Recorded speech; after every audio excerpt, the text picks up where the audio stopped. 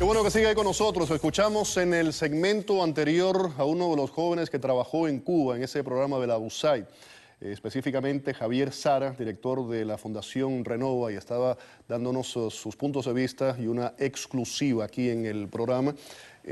Según AP, ese es un programa secreto, él dice que no.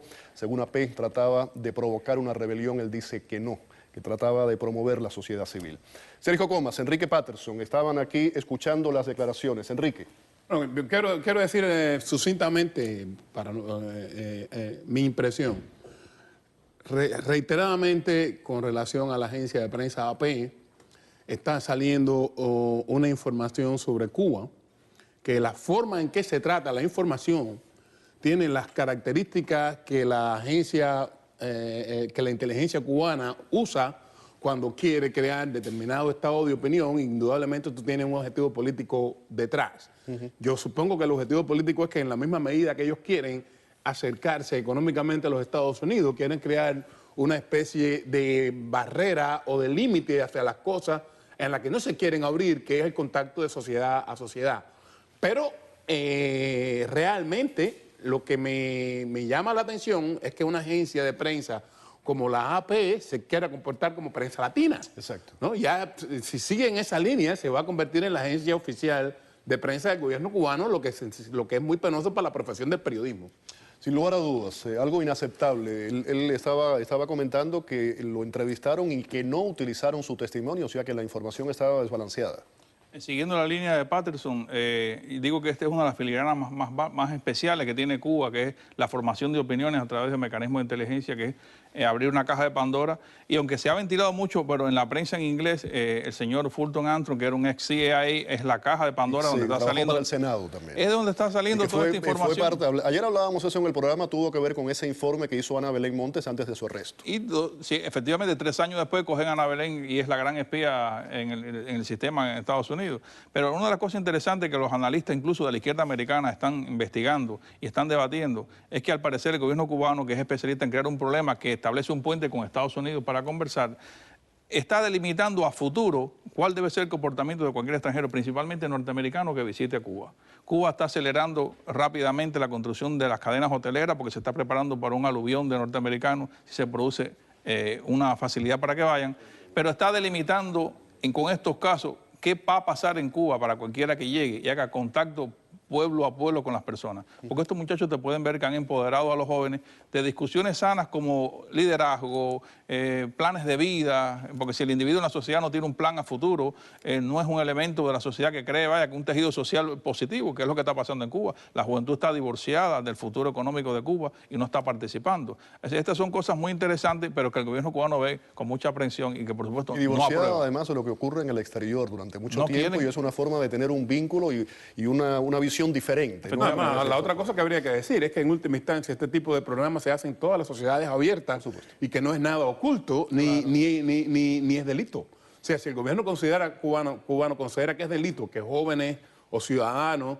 se relacionen con otros ciudadanos y los ayuden a perfilar de qué forma se van a desarrollar en esa sociedad, es un problema del gobierno cubano, no es un problema del programa. Claro. No, y otra cosa es que, por ejemplo, USAID, como tú decías, AP ha trabajado directamente en formar el criterio de que estos programas son secretos y han tratado de poner a Alan Gross como el gran superespía para prepararlo como la pieza cambiable por los 5 espías cubanos que están aquí.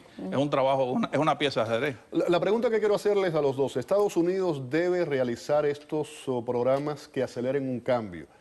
Ahora, la pregunta es: ¿cambio sí, rebelión no, aunque sea la única puerta de salida? Oye, a mí me parece que ningún Estado responsable, y yo pienso que Estados Unidos es un Estado responsable, hasta ahora se ha comportado así, no debe de incentivar la rebelión.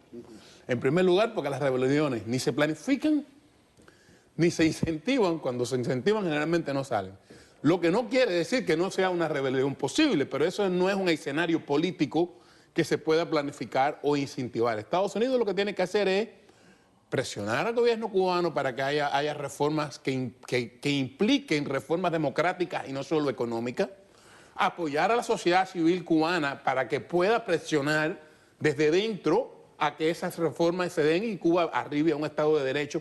Y pienso que está en todo el deber de hacerlo, ya que gracias a la Revolución Cubana nosotros nos hemos convertido ciudadanos norteamericanos, por lo menos nunca fue mi proyecto, y entonces, en la misma medida que yo critico algunas acciones del gobierno norteamericano con relación a Cuba, cuando, por ejemplo, quiere decidir cuándo en Cuba hay democracia o no, me parece que como ciudadanos también de este país tenemos el derecho de presionar al gobierno norteamericano para que incentive las reformas democráticas en Cuba como hace en otros lugares.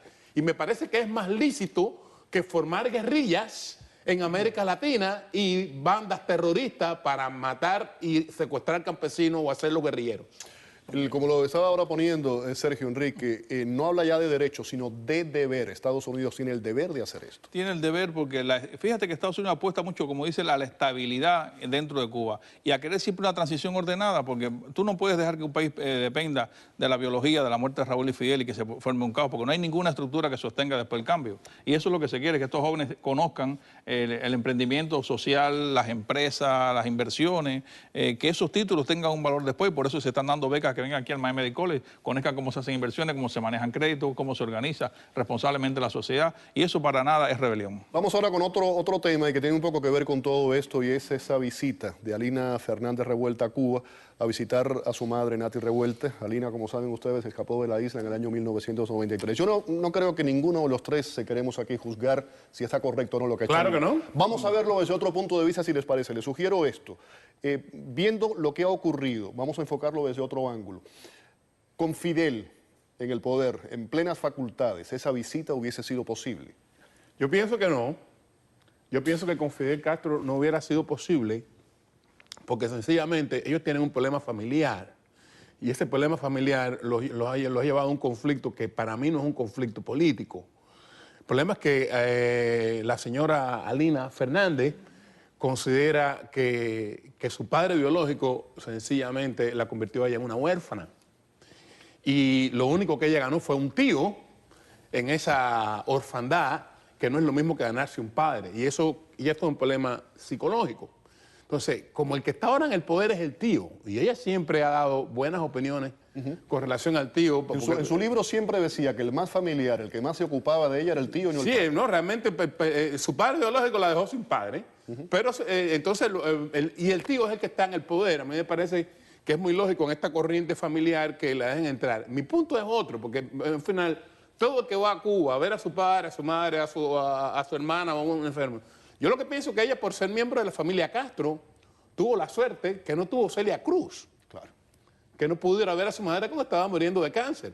O sea, esto a mí me parece que es un reflejo, más allá de la cosa familiar, yo pienso que se está dando una recomposición entre las élites cubanas en la cual se están reconciliando al margen de la naturaleza del sistema político. Desde el punto de vista familiar lo veo muy bien, desde el punto de vista político me resulta sospechoso. Sergio, varios puntos tocó Enrique. Vamos primero, ¿esto con Fidel hubiera ocurrido o crees que no? Yo confirmo que no, por las mismas razones que le he explicado, el de ruptura familiar. Déjame decirte que de esto se habla mucho y se conoce poco. Básicamente, si tú entras a las opiniones de muchas personas, están criticando a Alina, pero hay que decir que es muy difícil ser hija de Fidel Castro y venir a la cuna del exilio y tener una postura decente, tener una columna de opinión equilibrada y hacer señalamientos muy puntuales con gran elaboración intelectual como lo ha hecho ella y con cierto retraimiento moral, porque hasta este momento en que su madre ha caído gravemente enferma es que ella ha solicitado ir. Una razón de fuerza mayor que se comprende. Si usted se adentra en la historia de quién es la madre de Alina Fernández y las circunstancias en que se produce el nacimiento de esta niña, usted va a ver que hay mucha historia involucrada, muchas pasiones, mucha ruptura familiar y estoy con Patterson en el sentido de que se recompone el lazo familiar. En la lectura de Alina, felicidades y ojalá que todo salga bien. Pero en la lectura interior de Raúl, de lo que se sospecha es que se está haciendo un traspaso de mando entre las familias de Raúl, y no incluyo a Alina en esta jugada, y sus allegados, y no es una transición como la gente espera democrática, desde luego que no, es un paso de mando. Es un tema más familiar. Es el tema donde más nos acercamos al tema coreano, que es una cosa lamentable. Una dinastía. Es una dinastía. Aquí decían siempre que no Castro, no problema. Y el problema es que en primer lugar olvidaron el plural. Claro, claro. Olvidaron el plural. Y el otro problema es que olvidaron el castrismo, que puede tener cierta capacidad de adaptación, y siempre nos quedamos detrás Pero lo ha demostrado porque cuando nosotros hablábamos de que Estados Unidos apunta a la estabilidad, tú tienes que ver que al regalo de Raúl dar 2 años para que el cubano permanezca en el exterior, se pacifique y tenga los papeles aquí, los Estados Unidos añadieron la visa de 5 años, que es un puente de plata. Y no quitaron la ley de ajuste. Y no quitan la ley de ajuste. Así que es una contradicción que ha molestado mucho a los fundadores de este exilio y que es un contrasentido histórico. O sea, vivimos momentos muy difíciles que faltan definición, en los que Cuba está siempre en el medio, porque todo lo que Cuba está, siempre llega tarde, es una tendencia histórica. sí, llega tarde, no hay una solución clara al respecto y crea estas situaciones. Lo que sí le digo a la gente que ha criticado la visita a Lina, que se informen ese rol tan duro que es ser hija de Fidel en el exilio, y básicamente que la familia es más importante que la política. Y además de eso, ¿por qué otras personas pueden ir a ver a sus padres enfermos y entonces a Lina, por ser hija de Fidel Castro, se le va a estar negado eso? O sea, eso Pero yo le voy a dar un giro 180 grados a eso que acabas de decir. Alina escribió el libro crítico al padre, para aquellos que lo hayan leído. Estuvo por años su programa Simplemente Alina en la WQVA, inclusive aquí en el canal, en el noticiero de las 10 que yo presento con Alejandra Molina. Ella tuvo un comentario que lo hizo durante más de un año y ha sido muy crítica del régimen. La pregunta, sería... Exacto, la pregunta es si otro periodista tan crítico como ella se le abrieran las puertas para ir a Cuba. Entonces, ese era el punto. O sea, yo sigo pensando que lo mismo que ser miembro de la familia Castro le facilitó venir al exilio porque nadie se hubiera puesto dinero para cualquier otro como lo puso para Lina, por ser también miembro de la familia Castro es lo que le permite con más facilidad desde esa posición regresar. Sergio. Es una cosa muy interesante porque ahora me recuerda la forma tan dramática en que Alina sale de Cuba, es lo que le da la pincelada, esto del nunca jamás, y mira, está ahora en Cuba, algo que nadie, 21 años después, así que la vida es muy rica.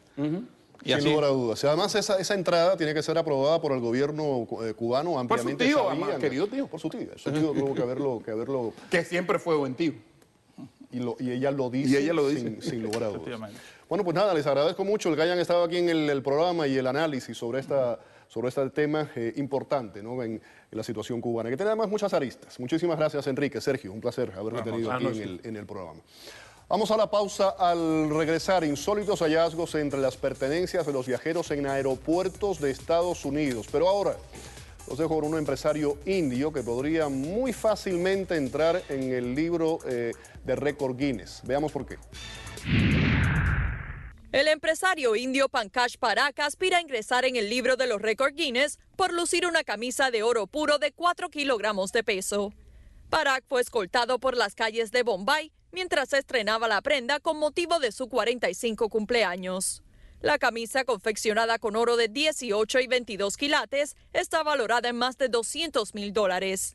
El año pasado, otro magnate indio vistió una camisa salpicada con 14,000 piezas de oro, con un peso de 3,3 kilogramos y valorada en $236,000.